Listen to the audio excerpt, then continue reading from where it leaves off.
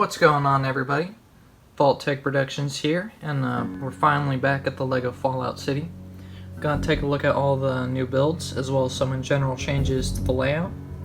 But first, let's take a look at some figures I got here. So, some of these figures are new, some aren't, but they're all gonna get spread out into the city here in a second, so I wanted to go ahead and show them to you now, before I go and do that, while you'll still be able to get a good look at them. So this guy on the left's new, and this guy on the right's new. Guy in the middle, that's my combat armor guy. He just had a face swap to something more interesting. But this guy on the left's pretty boring, just got some simple stuff. He's probably just going to be some random wasteland guy, low gear, not too experienced or geared up. And he's probably going to be getting escorted somewhere through the city by our man in combat armor here. And this guy is supposed to be just some crazy badass survivor type. He is using that torso. I have 3 of those, and I'm finally using the last one. And yeah, I've been using that for NCR Rangers. But you know, just a great print in general. Looks really good. Alright, moving on though. These guys are all a part of a little car chase going on right next to us. And I've showed them before, so I won't talk about them or anything, but that's just a closer look at them. And these guys here are all new. And these 2 on the left are supposed to be raiders, where this guy on the right is kind of more of a solo sniper survival type guy. And all 3 of these guys are just going to be in a little gunfight skirmish going on somewhere in the mock. So, yeah. You'll notice, obviously, this guy's skin tone doesn't match up for that chest piece, which is using the yellow, but it doesn't stand out too much, especially in dimmer lights, but I obviously got all the brights on him right now, so it's standing out a lot more, but normally wouldn't be so easy to see. Now these guys, I did knock this guy over a second ago, but these 2 figures are the really special ones for today's video. I'm going to talk about this guy on the left first.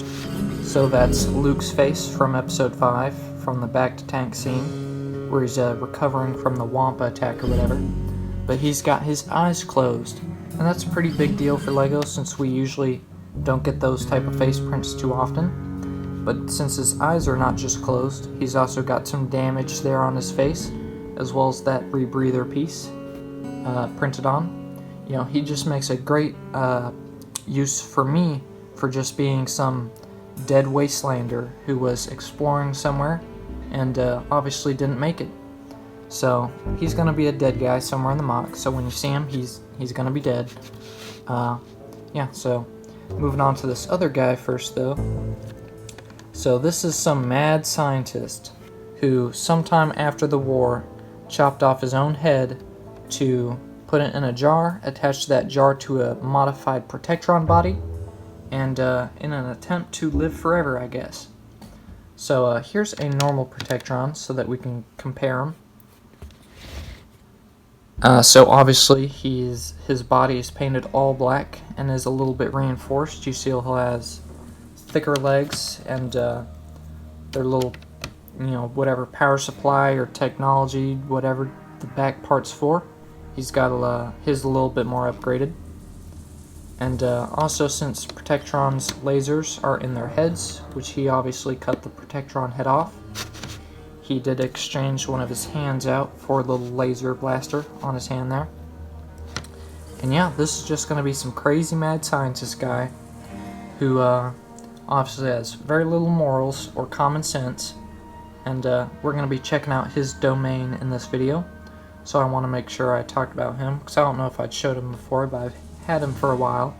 But yeah, I really like him. Obviously, brains in jars and all that sort of thing does happen in Fallout quite a bit.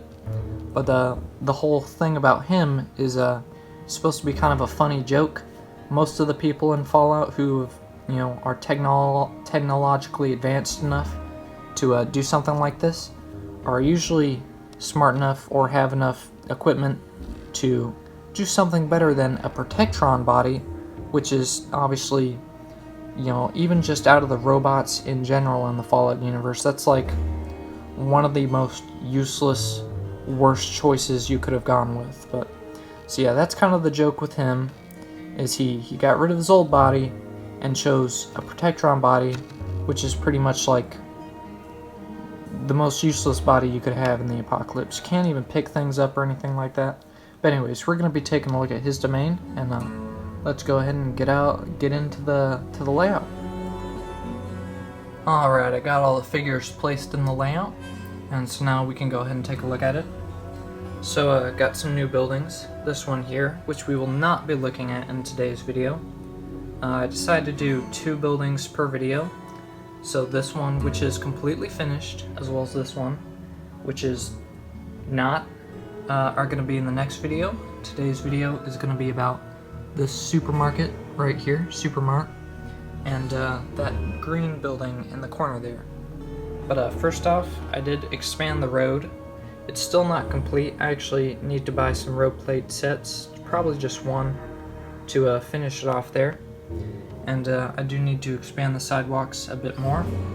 But with the street expanded, finally, there's the actual place where the little chase scene's supposed to be. So I finally got that all set up where it's actually supposed to be in the layout.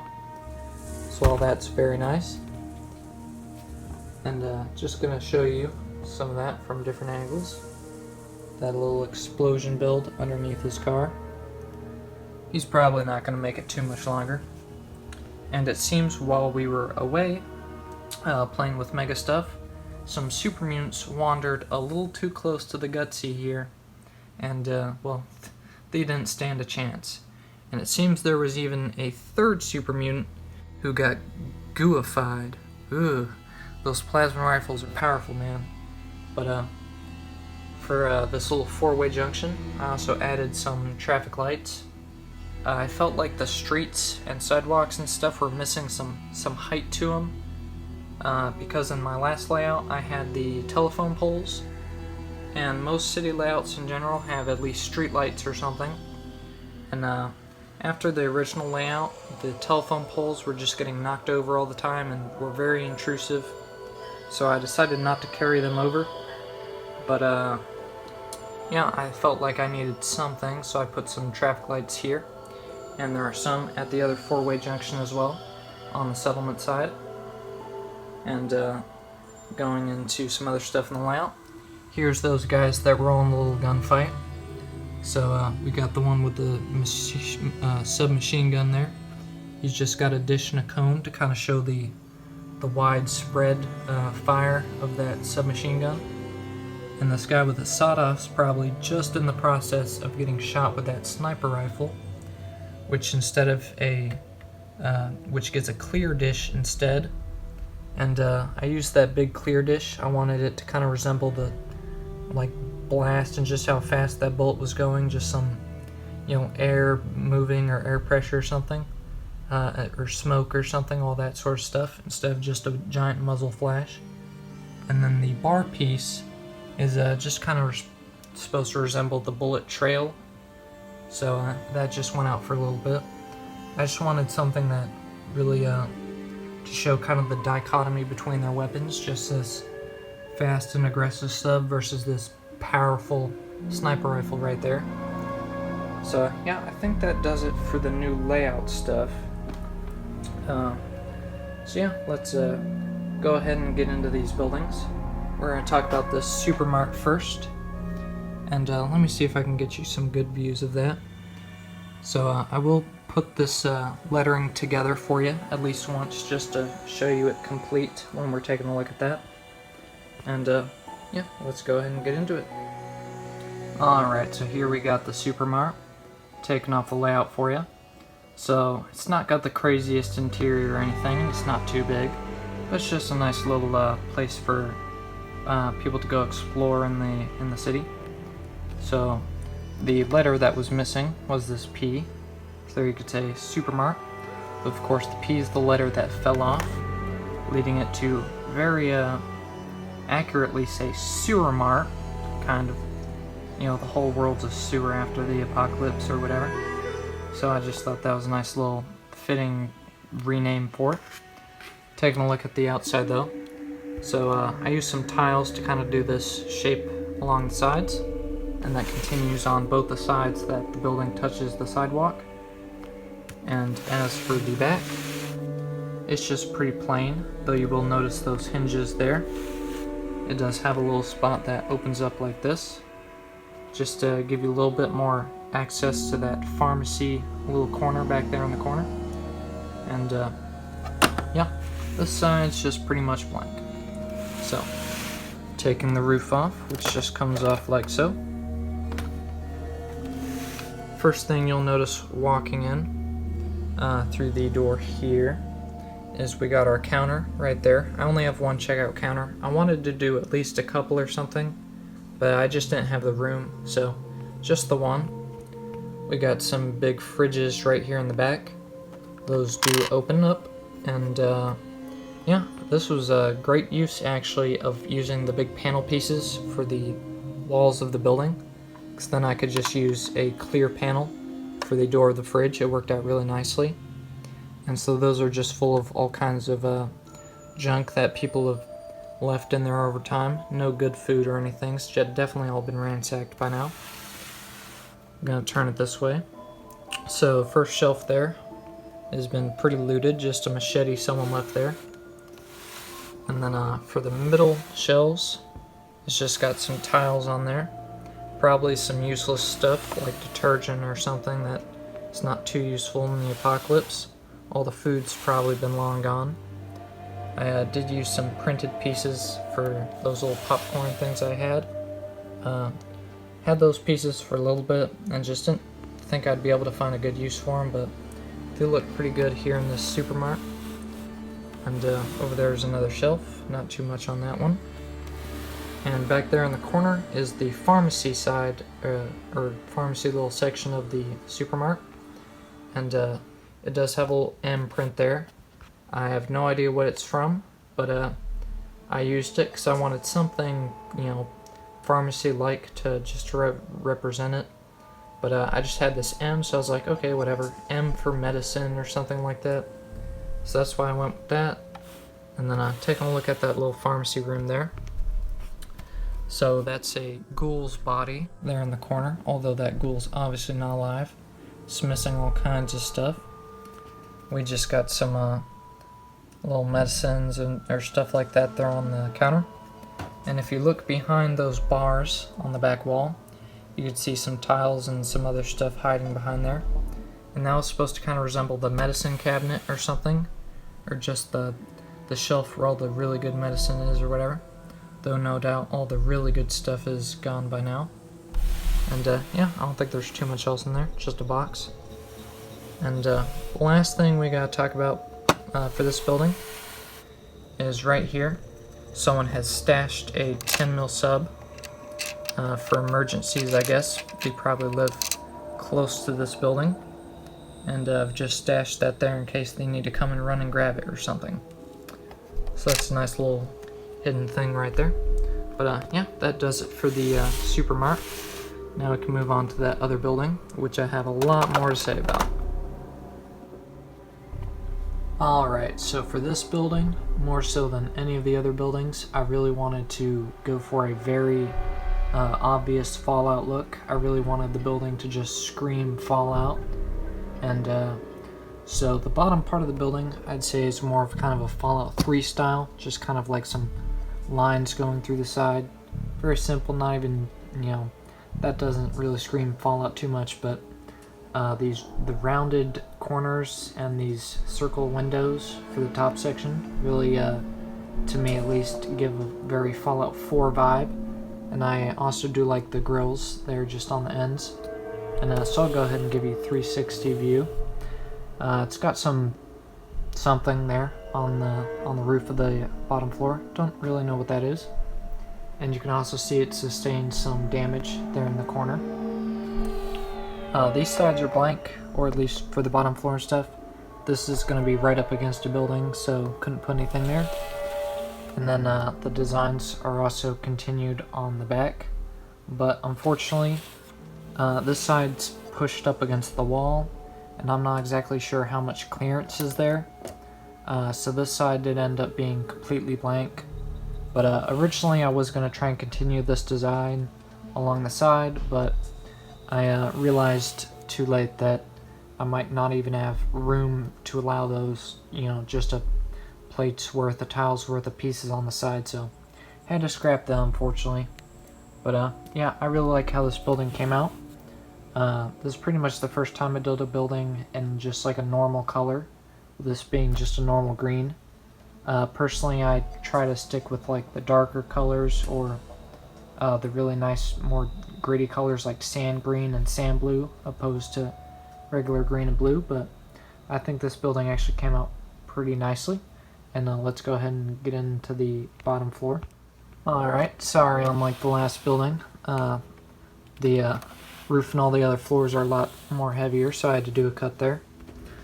But looking inside, we just got some kind of normal office building stuff for the bottom floor, just some different desks and filing cabinets and things like that around. There's some lobby chairs there and a water cooler. And we just got some empty chests, knocked over lamp. There's a removed traffic light there in the corner. And then a broken desk there. Just a table and some stuff there.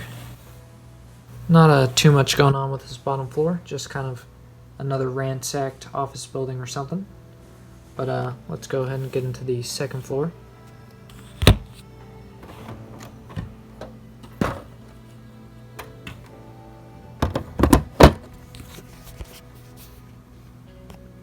Alright, so it might have not been too apparent from looking at the building earlier, but this layer of green tiles that are along the front do actually jut out a little bit, and the round upper floors also jut out a little bit, but because of those tiles on the front, it's not really as noticeable, especially from the front. But let's go ahead and get into the second floor. So coming up the stairs, we just got a little table back there with a cobweb behind it, a newspaper and a VHS, some office stuff, and then we just got a barricade sandbag set up there. Those are obviously post-war. Then desks and tables and stuff back there. Just a big desk with this really cool big keyboard piece. It's like a full keyboard, really cool piece. And then back here there's a workbench, a table that's got a laser rifle on it, and then just a filing cabinet. There's also some junk along the floor. And so this building is that mad scientist's house. He lives on the top floor, but here we can see some of his stuff did trickle down to the lower floor. And yeah, let's go and take a look at his place now. Alright, now the good stuff. So this is the scientist's laboratory. And coming up the stairs, you'll see our wastelander, our dead guy from the beginning. Clearly he walked into the wrong lab, and now he's leaking Kool-Aid in the corner. We got some computers here. That's just a little status monitor or something. It's not a terminal screen, but just something to display status or something maybe. We got our mad scientist himself. He's currently in his charging pod, as he can no longer use the bed and now has to do these sort of things to stay alive.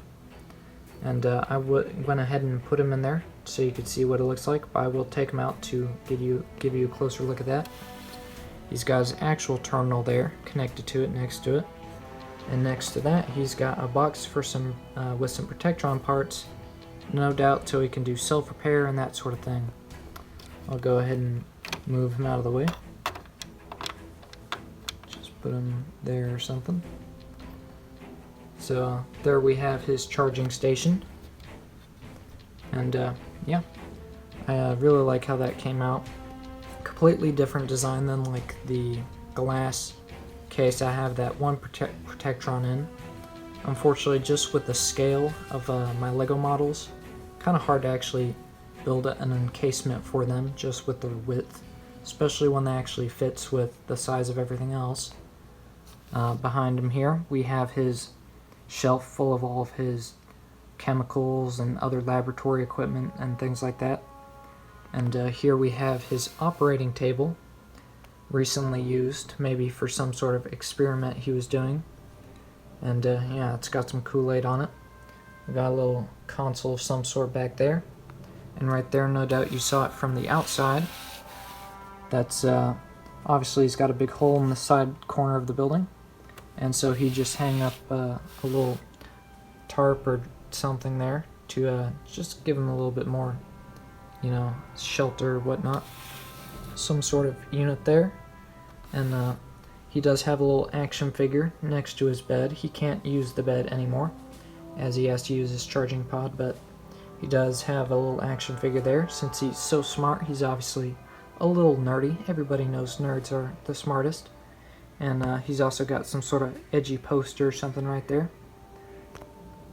And over here we got his desk. That's just got some papers on it, a magnifying glass, some sort of bottle of something. And over here we have his chemistry station. And yeah, I'm sure he gets good use out of that. Another shelf right there. And here we just have some of his goodies. Just a printed piece. I think there's one of those somewhere else in the mock or something like it. He's got an extra jar there. And just a little bit of engine he might have been working on or at some point. So, yeah, I really love this building. And it might be one of my favorites. I swear, like, every new building I do is like my new favorite. I just love them so much when I first make them, and then over time I begin to hate them, but whatever. It's part of the process. So, yeah, hope you like this guy's building, and yeah, now let's go back to the layout for the outro. So yeah, that's all of the 2 new buildings for the city, and all the new additions to the layout. I did forget to talk about or show a few things. Like, I did show this poster, but not really up close. That is, of course, a classic Vault poster. Really classic, iconic one. And I also didn't show this Nuka-Cola vending machine that's leaning up against this building there. It's kind of been a hole in the sidewalk. But yeah, I hope you guys liked this video and hope you like the new buildings. We're very close to finishing the whole city now. Just showing you right here, we just have 2 more buildings to put right there, and then we'll be done. Of course, the next video will be on this building here, and this unfinished one here. And yeah, this building's completely done, so I gotta be careful not to show you too much. It's not too crazy though, but hopefully one of these 2 buildings will be a really cool one. But yeah, 2 more videos for updates on the city, then the city will be done. And yeah, I'm pretty excited. There's whenever the city finally gets broken down, it's going to be really huge for the channel. I'm going to have lots of space and lots of parts, and I'm going to be able to just crank out all kinds of Fallout mocks just back to back. Don't have to wait too long on ordering pieces. It's going to be great. And so hope you stick around till then. And yeah, I'm pretty proud of some of the stuff in this video, and can't wait to see you guys in the next one. Have a great day.